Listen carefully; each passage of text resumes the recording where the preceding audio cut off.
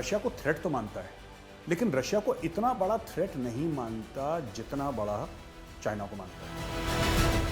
अब ये बड़ी विरोध है। चाइना के अच्छे रिश्ते किसके साथ हैं?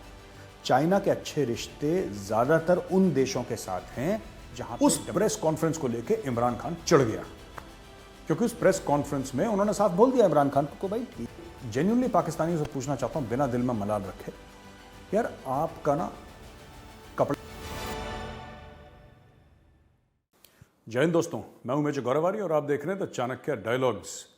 और इसके पहले कि मैं आज की ताजा खबर आपको दूं और उसका विश्लेषण करूं, मेरी आपसे रिक्वेस्ट है, विनती है, गुजारिश है कि इस वीडियो को लाइक करिए और हमारे चैनल को सब्सक्राइब करना बिल्कुल मत भूलिएगा और सब बेल आइकन को जोर से एक बार दबा दीजिए। दोस्तों, हुआ ऐसा कि बहुत हाल ही में 24 घंटा पहले अमेरिका ने अपनी नेशनल डिफेंस स्ट्रैटेजी वो रोल आउट कर दी। ये नेशनल डिफेंस स्ट्रैटेजी है क्या? पहले नेशनल सिक्योरिटी स्ट्रैटेजी के बारे में हम बात कर चुके हैं हफ्ता 10 दिन पहले, लेकिन नेशनल सिक्योरिटी स्ट्रैटेजी क्या है ये लॉयड ऑस्टिन साहब हैं, डिफेंस सेक्रेटरी अमेरिका के, उन्होंने अनाउंस करा और अनाउंस करके उन्होंने 2-3 चीजें बताई। मैं आपको इसके पॉइंट्स बताता हूं और फिर मैं आपको बताऊंगा भारत इसमें कहां से आ रहा है और भारत के लिए क्या खतरे हैं, क्या अच्छी चीजें हैं, इसका भी विश्लेषण हो जाए। क्योंकि अगर वो ज्यादातर दुनिया भर की बात करेंगे, हो सकता है आपको इंटरेस्ट तो होगा, लेकिन शायद इतना इंटरेस्ट ना हो, because you will want me to come to the point and I will come to the point. तो दोस्तों, ये पेंटागन में लॉयड ऑस्टिन हैं सेक्रेटरी डिफेंस। सेक्रेटरी जैसे वहाँ पे फॉरेन मिनिस्टर, डिफेंस मिनिस्टर और भी जो मिनिस्टर्स होते हैं तो वहाँ पे उनको सेक्रेटरी बोलते हैं, हमारे यहाँ जिनको मिनिस्टर बोलते हैं। तो लॉयड ऑस्टिन हैं अमेरिका के डिफेंस मिनिस्टर। तो लॉयड ऑस्टिन ने national defence strategy roll out करी और शायद पहली बार ये 2-3 पॉलिसीज एक साथ डवटेल होकर एक साथ निकली हैं। तो नेशनल सिक्योरिटी स्ट्रैटेजी जो पहले जो बाइडेन ने रिलीज करी थी और जो बाइडेन के सामने उसका विश्लेषण पूरी दुनिया के सामने पेश करा गया कुछ ही दिन पहले, अब ये उसका एक सबसेट है। तो ऐसा हुआ है कि न्यूक्लियर पॉस्चर रिव्यू, कि अमेरिका का न्यूक्लियर पॉस्चर क्या होगा अगर न्यूक्लियर युद्ध होता है, एटमी युद्ध होता है, उसमें अमेरिका क्या करेगा, अमेरिका का पॉस्चर क्या होना चाहिए। तो इसमें कई सारी चीजें, काफी सोफिस्टिकेटेड और कॉम्प्लिकेटेड ये डॉक्यूमेंट है, तो वो भी एक साथ रोल आउट हुआ। और दूसरी चीज जो रोल आउट हुई है वो है मिसाइल डिफेंस रिव्यू, यानी कि मिसाइल की पोजिशनिंग। अमेरिका नेटो का हिस्सा है, रशिया का थ्रेट है, चाइना का थ्रेट है, दुनिया भर के थ्रेट्स हैं, तो उनका मिसाइल पॉस्चर क्या रहेगा इसके बारे में। तो ये जो पूरी चीज है नेशनल डिफेंस स्ट्रैटेजी, उसके ताज़ ये रोल आउट करी। साथ साथ पहले नहीं हुआ था, मेरी याद में ये पहली बार हो रहा है जहां तक मुझे याद है। हो सकता है पहले कभी, जब से मैं फॉलो कर रहा हूं तब से तो मैं पहली बार इसको देख रहा हूं। खैर, उन्होंने 2-4 बातें करी। पहले तो यूएस और रशिया की जो रिलेशनशिप है, रशिया से जो थ्रेट मानता है यूएस, देखिए रशिया को थ्रेट तो मानता है, लेकिन रशिया को इतना बड़ा थ्रेट नहीं मानता जितना बड़ा चाइना को मानता है। अब यह बड़ी विरोधाभास वाली चीज हो गई, क्योंकि रशिया एक्चुअली लड़ाई लड़ रहा है यूक्रेन में। रशिया पूरे नेटो को आंखें दिखा रहा है। रशिया ने हल्का सा हिंट भी दे दिया न्यूक्लियर वॉर का, एटॉमिक वॉर का। रशिया के पास उतने हथियार भी हैं कि वो अमेरिका से, देखिए जीत तो नहीं पाएगा, लेकिन फिर भी अमेरिका के दांत खट्टे करने की सलाहियत रशिया रखता है। चाइना नहीं रखता। चाइना इकोनॉमिक सुपर पावर है, अभी मिलिट्री सुपर पावर चाइना बना नहीं, हो सकता है 10-15 साल में बन जाए, आज की तारीख में नहीं है चाइना। ये बहुत बड़ी चीज़ है जिसके बारे में इन्होंने डिस्कशन करा, इसके बारे में डिबेट करा और फिर ये पॉलिसी इन्होंने अपनी निकाली है कि the national defence strategy understands the threat from Russia to the US. रूस का एक अनसेटलिंग वाला थ्रेट है और इसमें लिखा है encompassing the immediacy of the threat and targeted nature of the current operational environment, the distinction from pacing and strategic competition threat posed by the People's Republic of China. देखिए, एक तरफ वो बात कर रहा है चाइना की और एक तरफ बात कर रहा है वो रशिया की, क्योंकि इन दोनों में बहुत एक कॉन्टैक्ट है, बहुत जुड़त है इन दोनों में। और कहीं ना कहीं रशिया के सपोर्ट में चाइना खड़ा हुआ है और वहां पे कॉन्फिडेंस आता है, क्योंकि रशिया लार्जली आइसोलेटेड है। इंडिया भी जो है, जो अभी हाल ही में तारीफ करी पुतिन साहब ने मोदी जी की, और ये बोला कि बड़े पेट्रियाटिक हैं और बहुत अच्छे हैं और दबाव में नहीं आए, देखिए फिर भी इंडिया न्यूट्रल रहा। इंडिया ने ये नहीं बोला कि रूस हम तुम्हारे साथ खड़े हैं, अमेरिका हम तुम्हारे साथ खड़े हैं। इंडिया ने बोला नहीं, इंडिया जो है इंडिया के साथ खड़ा हुआ है, रूस हमारा दोस्त है, हम रूस को सपोर्ट करते हैं। लेकिन लड़ाई के बारे में पुतिन के मुंह पे बोल दिया मोदी जी ने कि भाई ये चलेगा नहीं, तुम्हारी लड़ाइयाँ चलेंगी नहीं, एससीओ समिट में बोल दिया। People are very shocked. तो फिर वही शिकागो ट्रिब्यून और वॉशिंगटन पोस्ट, न्यूयॉर्क टाइम्स में आर्टिकल आने लगे तो ये इसका एक ब्रीफ बैकग्राउंड है दोस्तों। अब इसमें बात करी गई है चाइना के बारे में, और चाइना के बारे में जो नेशनल सिक्योरिटी स्ट्रेटजी थी जो पहले डिफाइन करी थी, उसमें भी यही कहा गया था कि साहब अगर कोई देश है जो अमेरिका को चैलेंज कर सकता है, जो वर्ल्ड ऑर्डर है उसको चैलेंज कर सकता है, रीशेप कर सकता है, वो चाइना है। चाइना के पास वो इकोनॉमिक, मिलिट्री, डिप्लोमेटिक सलाहियत है, वो कैपेबिलिटी है, और उसके पास वो इन्फ्लुएंस है। अब अमेरिका को डर क्यों लग रहा है चाइना से, या अमेरिका को ये जिसको कहते हैं कि अमेरिका क्यों इतना इस मोड में है कि यार चाइना कुछ करेगा, चाइना, क्योंकि देखिए चाइना के अच्छे रिश्ते जो हैं, आप कभी भी देख लीजिएगा चाइना के अच्छे रिश्ते किसके साथ हैं। चाइना के अच्छे रिश्ते ज्यादातर उन देशों के साथ हैं जहां पे डेमोक्रेसी या लोकतंत्र नहीं है, जैसे कि पाकिस्तान, जैसे कि नॉर्थ कोरिया। ठीक है, पैसे उसने अमेरिका में भी लगाए हैं, अमेरिकन ट्रेजरी बॉन्ड्स भी उसने खूब उठाए ट्रिलियंस ऑफ डॉलर्स के, ये सब अलग बात है। लेकिन जो अच्छे दोस्ताना रिश्ते होते हैं वो किसके साथ हैं, वो ऐसे ही जो आलतू फालतू के लोग हैं उनके साथ हैं इनके, क्योंकि एक जैसे हैं सब, एक ही थाली के चट्टे बट्टे हैं, चोर चोर मोसेरे भाई। तो होता यह है कि चाइना को लगता है कि पाकिस्तान को हम पाकिस्तानी मिलिट्री की कान ऐंठा थोड़ा सा तो काम हो गया। अब डेमोक्रेसी में ऐसा तो हो नहीं सकता है ना, डेमोक्रेसी में ऐसा बिल्कुल भी नहीं हो सकता। तो बट चाइना इसी तरीके के जो मुल्क हैं, छोटे हैं, करप्ट हैं, पॉलिटिकली अनस्टेबल हैं, उनको निगलने की कोशिश करता है, बाइट साइज्ड पीसेस जो मुंह में डाल के चबा के निगल जाए। तो ये खतरा है जो यूएस बात कर रहा है चाइना की। चाइना अपना इन्फ्लुएंस बढ़ाने की कोशिश करेगा पैसे का इस्तेमाल करके, उसको किस तरीके से काउंटर करना है।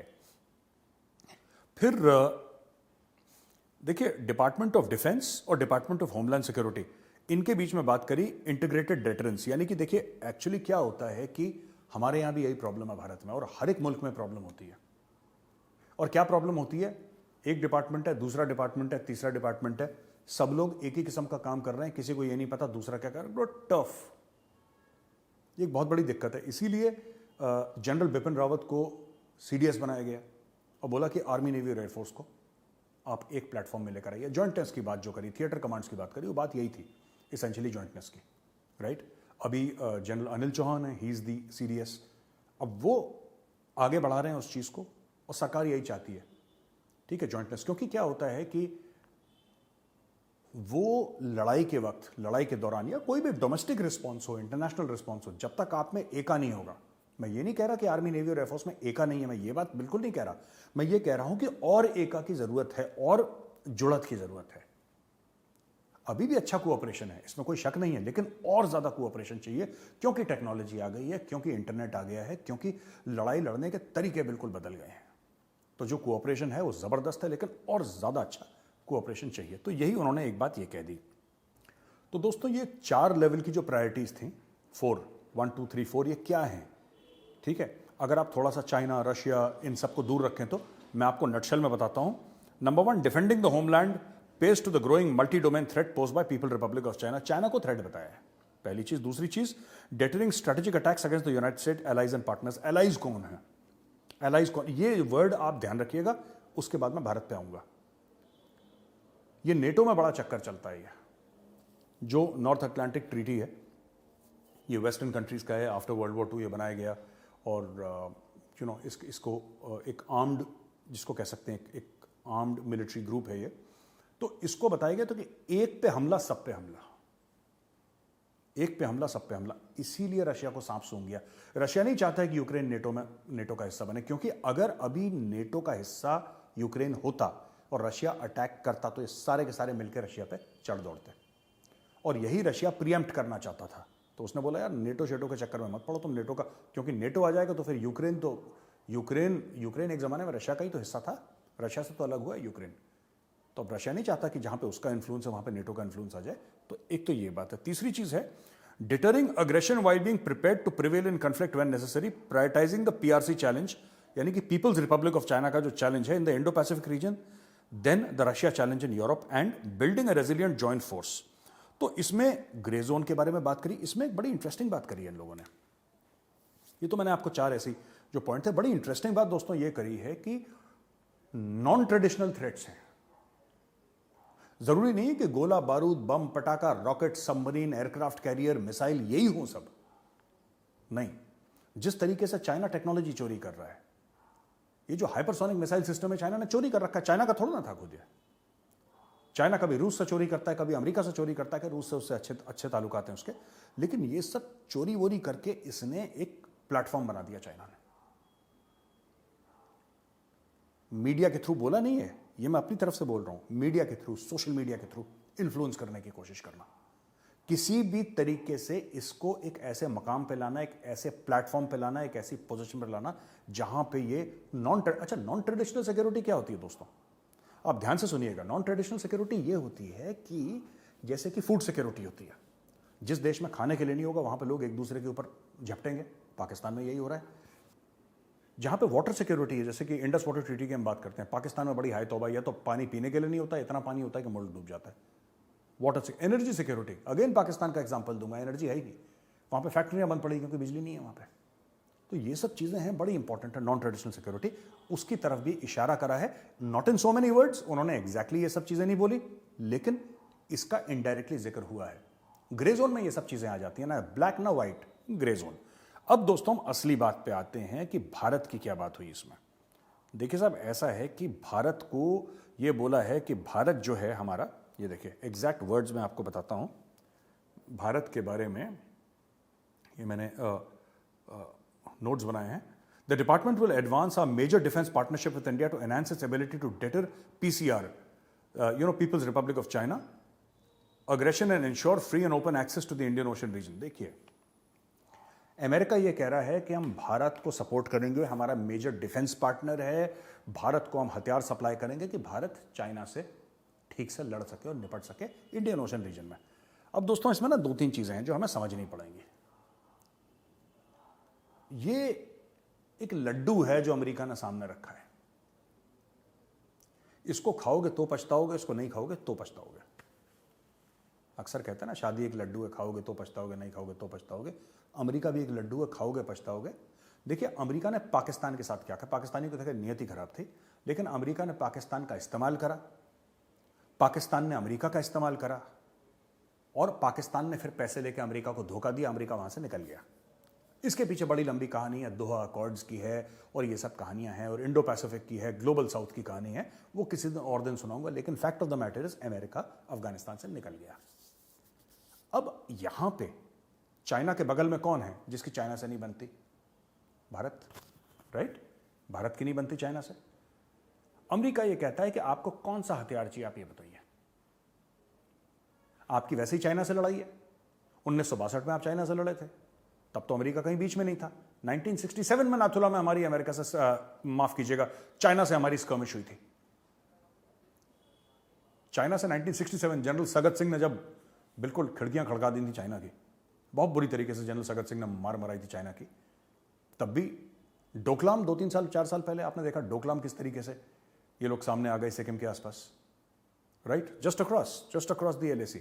डोकलाम के बाद आप देखिए किस तरीके से ये लोग ईस्ट लद्दाख पे कब्जा करने की कोशिश कर रहे थे चाइना। फिर इंडियन आर्मी ने इनका जिसको कहते हैं कि एंटीबायोटिक की डोज चलाई इनकी 6-7 दिन की, तभी इनका बुखार नीचे आया चाइनीज का।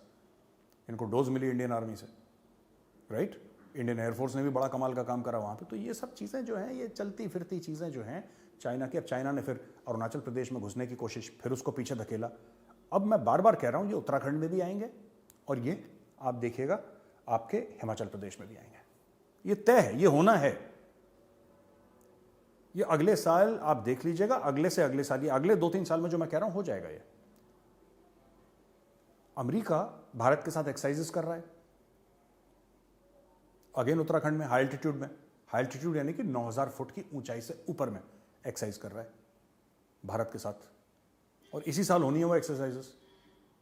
तो अमेरिका कह रहा है आपको जो हथियार चाहिए बताओ, मैं हम आपको देंगे, लेकिन चाइना को ठोक दो। देखिए ऐसा है ना, अमेरिका चाहता है, अमेरिका को कहीं ना कहीं अमेरिका के, हम ये तो नहीं कहते कि हमें वो इस तरीके का समझता है, ये मेरा कहना गलत होगा और ये मैं कह भी नहीं रहा, लेकिन कहीं ना कहीं अमेरिका को पाकिस्तान जैसे देशों की आदत पड़ गई है कि पैसा फेंको, तमाशा देखो।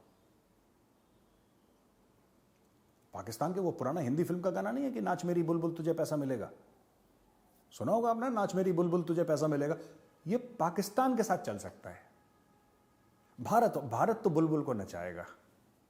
अगर अमेरिका को यह लगता है कि भारत को बोले हम आपको ये वेपन दे देंगे, वो पाकिस्तान को तो फ्री में दिए थे, हम तो पैसे लेके खरीद रहे हैं, तो हम अमेरिका की बात क्यों माने। चाइना से लड़ना होगा, अगर चाइना से युद्ध होता है, भगवान ना करे किसी भी देश से, पाकिस्तान चाइना किसी से भी युद्ध हो, लेकिन अगर चाइना से युद्ध होता है तो भारत की शर्तों पे होगा, अमेरिका की शर्तों पे नहीं होगा। और इसीलिए भारत रूस से तेल खरीदता है, रूस से हथियार खरीदता है। हमें सस्ता मिलता है वो एक और चीज है, लेकिन इसमें डिप्लोमेटिक जो एक डॉक्टर जयशंकर का दिमाग है, जो प्राइम मिनिस्टर नरेंद्र मोदी जी की पॉलिसी है, वो पॉलिसी क्या है, स्ट्रेटेजिक ऑटोनॉमी की, स्ट्रेटेजिक सोवरेनिटी, हमारे जो स्ट्रेटेजिक इंटरेस्ट्स हैं वो अमेरिका, चाइना, कोई भी मुल्क हो, दोस्त हो दुश्मन हो, वो हमें डिक्टेट नहीं कर सकता। भारत अपनी चाल पे चलेगा। ये जो नाच मेरी बुलबुल तुझे पैसा मिलेगा, पाकिस्तान के साथ करो। 40 साल के साथ 40 साल से पाकिस्तान के करते आ रहे हो, तो ये आदत पड़ गई है कि हम जिस मुल्क को भी बोलेंगे तो भारत में तो चल बिना, ठीक है ना, ये बिल्कुल चल बिना। अब इसमें इशू क्या है मैं आपको बताता हूं। भारत टेक्नोलॉजी लेगा अमेरिका से, भारत हथियार लेगा, लेकिन भारत को एक बैलेंसिंग एक्ट करनी पड़ेगी और भारत को बताना पड़ेगा, साफ तौर से अमेरिका को बताना पड़ेगा कि देखो यार, जिस दिन हमें चीन को ठोकना होगा हम ठोक देंगे, लेकिन तुम्हारे कहने पे तो बिल्कुल नहीं होगा। और जो भी तुमसे ले रहे हैं पैसा देके ले रहे हैं, तो एहसान तो जताओ मत, वो पाकिस्तान के साथ करना, हमारे साथ मत करना, क्योंकि हम नाचते नहीं, हम बुलबुल को नचाते हैं। ऑलराइट, हाँ। अब दोस्तों मेरे फेवरेट टॉपिक पे आ जाते हैं। ये तो मैंने जो नेशनल डिफेंस स्ट्रेटजी है और ये सब है, इसके बारे में मैंने आपको थोड़ा सा बताने की कोशिश करी। अब दोस्तों हम आ जाते हैं पाकिस्तान के ऊपर, मेरा जो फेवरेट टॉपिक है। सबसे पहले आपको पता है कि ये लॉन्ग मार्च चल रहा है इमरान खान का, तो इमरान खान का लॉन्ग मार्च चल रहा है, तो मैं कुछ पॉइंट्स हैं जो हमारी रिसर्च टीम ने तैयार करे थे, तो ये बहुत लंबे लंबे वीडियोस थे, तो मेरे पास टाइम नहीं लगा, तो मैंने बोला यार बताओ कुछ क्या है। कोई नई बात इमरान खान ने नहीं करी, वही गुलामी से बेहतर है मर जाना, ये 100 बार पहले बोल चुका है। सारे चोरों को भगा दूंगा मैं ये लॉन्ग मार्च करके, ये भी इमरान खान बोल चुका है। कितनी बार बोल चुका है ये डिबेटेबल है, बोल चुका है कि नहीं बोल चुका है ये डिबेटेबल नहीं है, वो तो 100 बार बोल चुका है हर चीज। ये हमारी जो रैली है ये आज़ादी के लिए है, पाकिस्तान की चोरों और जो इंपोर्टेड सरकार है उससे, ठीक है, जहनी आज़ादी पता नहीं कौन सी, जो इसने चूरन खिलाया था अफगानियों को, वही चूरन अब खुद की कौम को खिला रहा है। अब एक इसने धमकी दे दी DGISI को, लेकिन उसके पहले पुरानी जो मैंने बातें बोली ना, इसका वीडियो देखिए छोटा सा।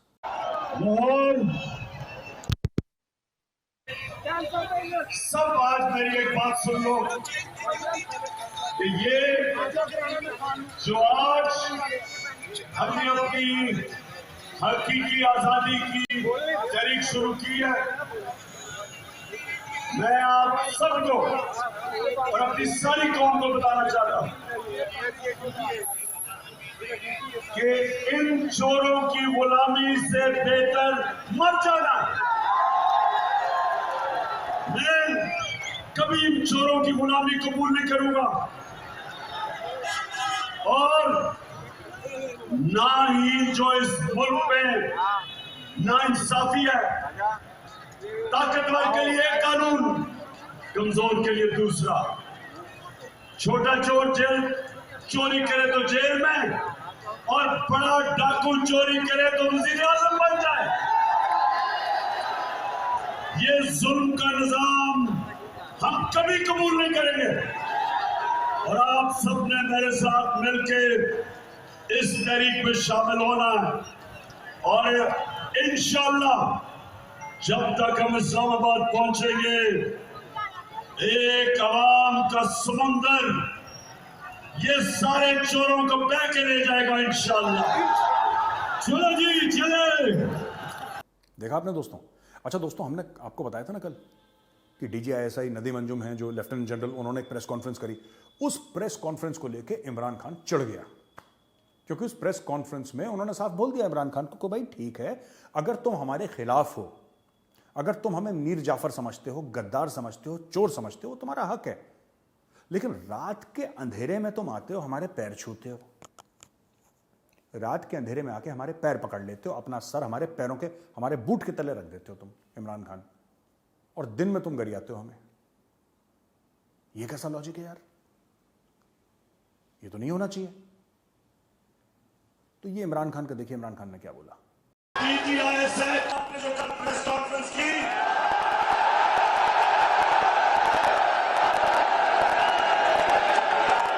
कहा तो आपने कि जी मैं गैर सियासी हूं, ये कहा कि जी मैं तो, कहा कि जी हम सियासत भी करते। DGISI इससे ज्यादा ऐसी सियासत वाली प्रेस कॉन्फ्रेंस तो मैंने शेख रशीद को भी नहीं करता सुना। तो DGISI कान खोल के सुन लो मेरे,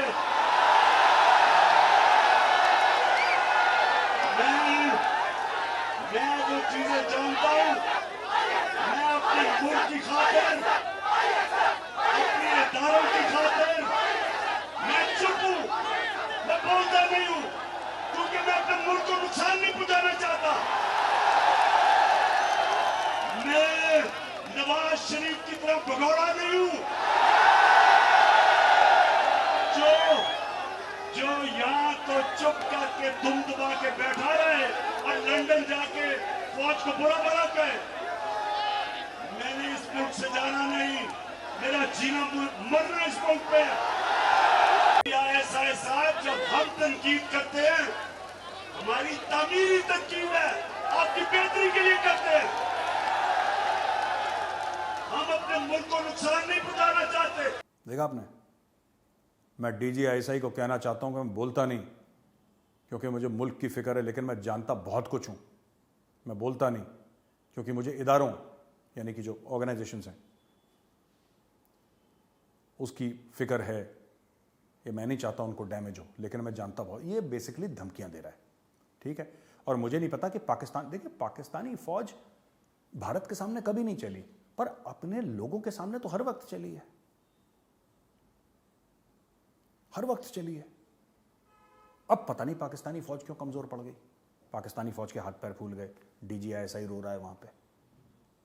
मैं कई बार एक पाकिस्तानी कहावत आपको सुना चुका, पाकिस्तानी पंजाबी कहावत है, इट्स इन पंजाबी, पर पाकिस्तान में अक्सर बोलते हैं, पाकिस्तानी फौज के बारे में कहते हैं, मैं कई बार बोल चुका हूं, दोबारा आज बोलता हूं कि जंग कभी जीती नहीं, इलेक्शन कभी हारिया नहीं। यानी जंग उन्होंने कभी नहीं जीती और इलेक्शन कभी नहीं हारा। अब ये देखिए, जंग तो ना जीते, ये तो पुराना प्रोग्राम है इनका, लेकिन अभी इलेक्शन भी नहीं जीत रहे, तो फिर पाकिस्तानी फौज करेगी क्या? ये सोचने वाली बात है। अब इन्फ्लेशन हो गया, इंपोर्टेड सरकार, चोर, ये दुनिया भर की चीजें एक दूसरे को गाली गलौच इमरान खान ने करना शुरू कर दिया। अच्छा, टिपिकल एक इमरान खान का सपोर्टर कैसा है? वो जो फैजल वावड़ा ने बात करी थी ना, कि मैंने बताया था आपको पिछली बार, फैजल वावड़ा ने एक बात बोली थी। दोबारा फैजल वावड़ा की छोटी सी क्लिप देखिए जहां पे वो ये कह रहा है कि लाशें बिछ जाएंगी, खून बह जाएगा, ये सब ड्रामा। ये 2-3 दिन पहले का क्लिप है फैजल वावड़ा का, लेकिन अभी एक लेटेस्ट चीज और मैं आपको दिखाता हूं, जरा फैजल वावड़ा का क्लिप देखिए। इमरान खान साहब जो मार्च पुरअमन करने जा रहे हैं, मुझे इस मार्च के अंदर खून ही खून, मौत ही मौत और जनाजे ही जनाजे नजर आ रहे हैं। देखा दोस्तों आपने फैजल वावड़ा का क्लिप? अब देखिए पाकिस्तान में जो इमरान खान का सपोर्टर है, इस कार्टून को देखिए, इस कार्टून नेटवर्क को देखिए जरा। फैसल वाडा साहब, आप रात नशे में फरमा रहे थे ना कि खान साहब के लॉन्ग मार्च में खून ही खून होगा, लाशें होंगी। हम एज ए पाकिस्तानी आज़ाद खुद मुख्तार मुल्क के लिए हम अपने सरों पे कफन बांध लिया है, और कल इंशाल्लाह पूरे जोश और जज्बे के साथ अपने लीडर इमरान खान साहब की काल पर लब्बैक कहते हुए लाहौर सुबह 11 बजे लिबर्टी चौक में खड़े होंगे।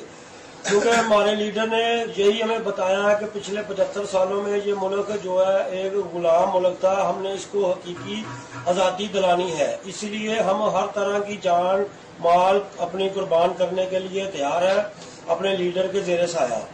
तो दूसरी बात मैं अपने लीडर इमरान खान साहब से कहना चाहता हूँ, खान साहब खुदा का वास्ता है आप पीछे वालों के पैसे वालों के पीछे ना भागें। आप जो ब्रांड है आपको भी नहीं पता कि आप कितने बड़े ब्रांड है, पैसा आपके पीछे भागता है। कभी वर्कर को भी अपने साथ अटैच करके देखें, इंशाल्लाह कभी भी आपको कमी नहीं आएगी हमारे वफा में, हमारे खून में। शुक्रिया। ये भाई एक्चुअली कफन पहन के आ गया, ये एक्चुअली में कफन पहन के आ गया कि खान के लिए मैं जान दे दूंगा ये सब। तो इमरान खान ने ऐसा पाकिस्तानियों को लगा रखा है, और ये सिर्फ पाकिस्तान के अंदर नहीं हो रहा है, ये पाकिस्तान के बाहर भी ड्रामा कर। मैं एक बात मुझे समझ में नहीं आती, पहले मैं चाहता हूं आप ये छोटा सा वीडियो देखें। ये लंदन में करा है, नवाज शरीफ के घर के आगे, ठीक है, नवाज शरीफ के घर के सामने इन्होंने ये ड्रामा करा है। अब ये जरा छोटा सा वीडियो देख लीजिए, उसके बाद मैं आपको बताता हूं। कुत्ते की औलाद, हरामी, disgusting man.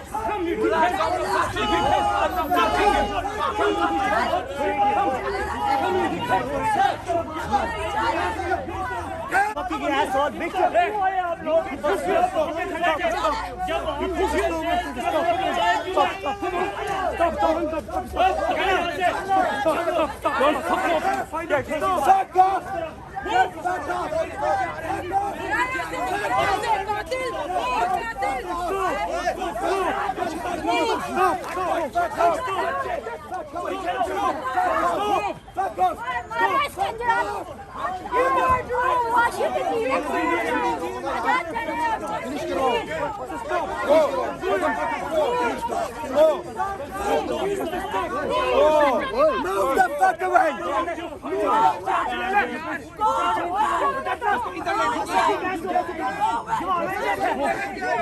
बस तुम लोग आए क्यों इस तरफ?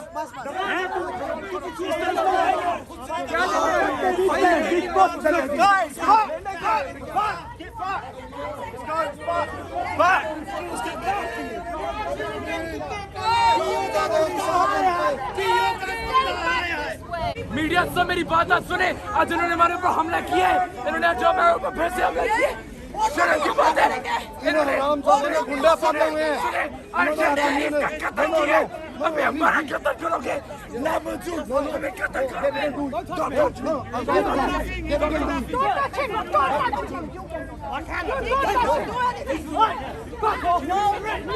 No, why are you saying that? We are going. No. You should George. चल निकल इधर से, चल हरामी, गंजा, अकेले को देख के ज्यादा शेर करता है, मुंह तोड़ के हाथ में पकड़ा देना। That's not fair. That's not fair. That's not fair.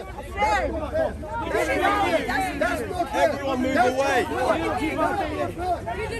देखा आपने दोस्तों किस तरीके से ये गाली गलौज, कुत्ता उत्ता, पता नहीं क्या क्या, लेडीज और जेंट्स दोनों के दोनों।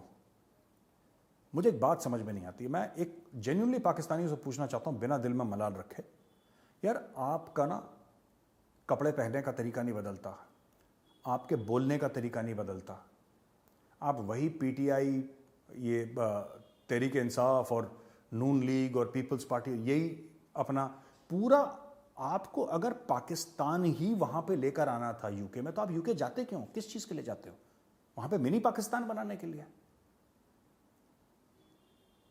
हैं? मुझे एक जो पाकिस्तानी हैं भाई बहन जो वीडियो देख रहे हैं, जरा वो समझाएं, आप लोग जाते क्यों हो पाकिस्तान यार?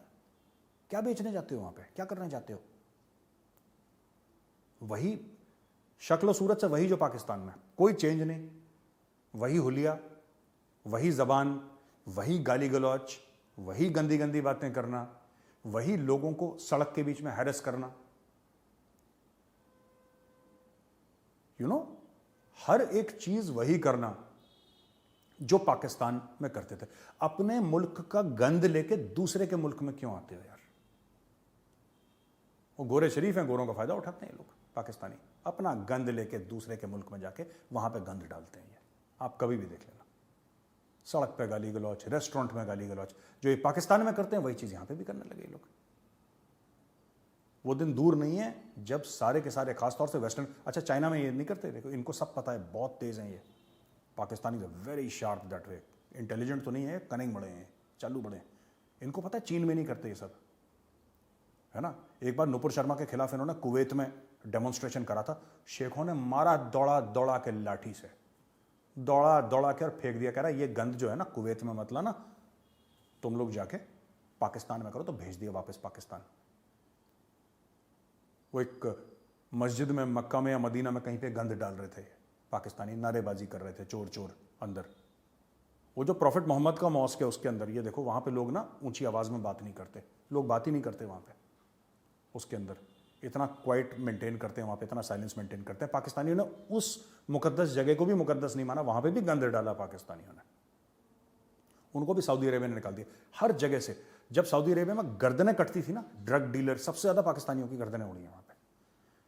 चॉप चॉप स्क्वायर है एक रियाद के पास, चॉप चॉप स्क्वायर, जहां पे गर्दनें चॉप होती थी हर जुम्मे की नमाज के बाद। जो ड्रग डीलिंग करेगा, जो रेपिस्ट होगा, जिसने चोरी करी उसके हाथ काटो, जो शरिया के कानून के तहत जो होता है वहां पे। सबसे ज्यादा आप देखिएगा अगर कोई नेशनैलिटी होती पाकिस्तानी, हर जगह सबसे ज्यादा जेल में कौन? पाकिस्तानी। ये मुझे नहीं यार, तुम्हें जो करना है तुम पाकिस्तान में करो। भारत दे रहा है दुनिया को टॉप कंपनीज के सीईओ, इंडियन डिसेंट के लोग। अब जाके वो ऋषि सुनाक बन गया प्राइम मिनिस्टर यूके का, आप लोग क्या कर रहे हो? यही चोर चोर, हाय हाय, पीटीआई, नून लीग, पीपल पार्टी, वही इतना ही दिमाग है। जिहाद फी सबीलिल्लाह, काफिर का गला काट, बस इतना ही दिमाग है, और कुछ नहीं करना दुनिया में कंट्रीब्यूट, कुछ अपनी मेहनत नहीं करनी, कुछ नहीं करना, यही करना है। तो यार मैं देखता हूं, मुझे बड़ा दुख होता है, पर लेकिन ठीक है, पाकिस्तानियों को आप कितना समझा लोगे, लॉजिक वॉजिक से चलते नहीं है लोग। ठीक है दोस्तों, आज का ये एपिसोड यहीं पे खत्म होता है। मैं फिर से आपसे गुजारिश करता हूं, विनती करता हूं, रिक्वेस्ट करता हूं कि इस वीडियो को लाइक करिए और हमारे चैनल को सब्सक्राइब करना बिल्कुल मत भूलिएगा। और हाँ, जाने से पहले उस बेल आइकन को जरा एक बार ठोक के जाइए। जय हिंद।